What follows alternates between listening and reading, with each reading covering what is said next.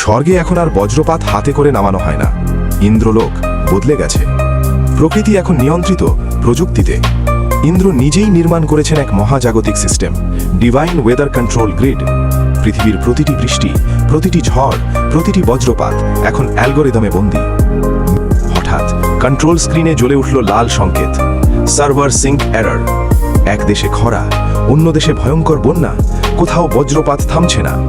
মানুষ ভাবল প্রাকৃতিক দুর্যোগ, কিন্তু ইন্দ্র জানেন এটা প্রকৃতি নয়, এটা গ্লিচ। কেউ আবহাওয়া কোডে হাত দিয়েছে, দিব্যি অ্যালগোরিদম বিকৃত, পবিত্র সংকেত ভেঙে যাচ্ছে।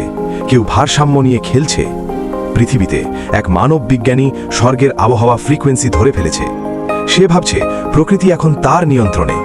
তারপর মূল সার্ভার বন্ধ হয়ে গেল। স্বর্গে মেঘ স্থির, বজ্রপাত নিভে গেছে। পৃথিবীতে বাতাস থেমে গেল, পাখি উড়ছে না, সমুদ্র নিঃশ্বাস আটকে আছে, যেন প্রকৃতি অপেক্ষা করছে। ইন্দ্র সিদ্ধান্ত নিলেন, এআই বন্ধ, ম্যানুয়াল কন্ট্রোল সক্রিয়। বজ্রদণ্ড থেকে নেমে এলো বিশাল নীল বিদ্যুৎ। ঝড় আবার গর্জে উঠল, বৃষ্টি ফিরে এলো, ভারসাম্য ফিরে এলো, প্রকৃতি আবার শ্বাস নিল। ইন্দ্র আকাশের দিকে তাকিয়ে বললেন, যেদিন মানুষ প্রকৃতিকে পুরোপুরি প্রযুক্তি ভাববে, সেদিন ঝড় শুধু আবহাওয়া হবে না।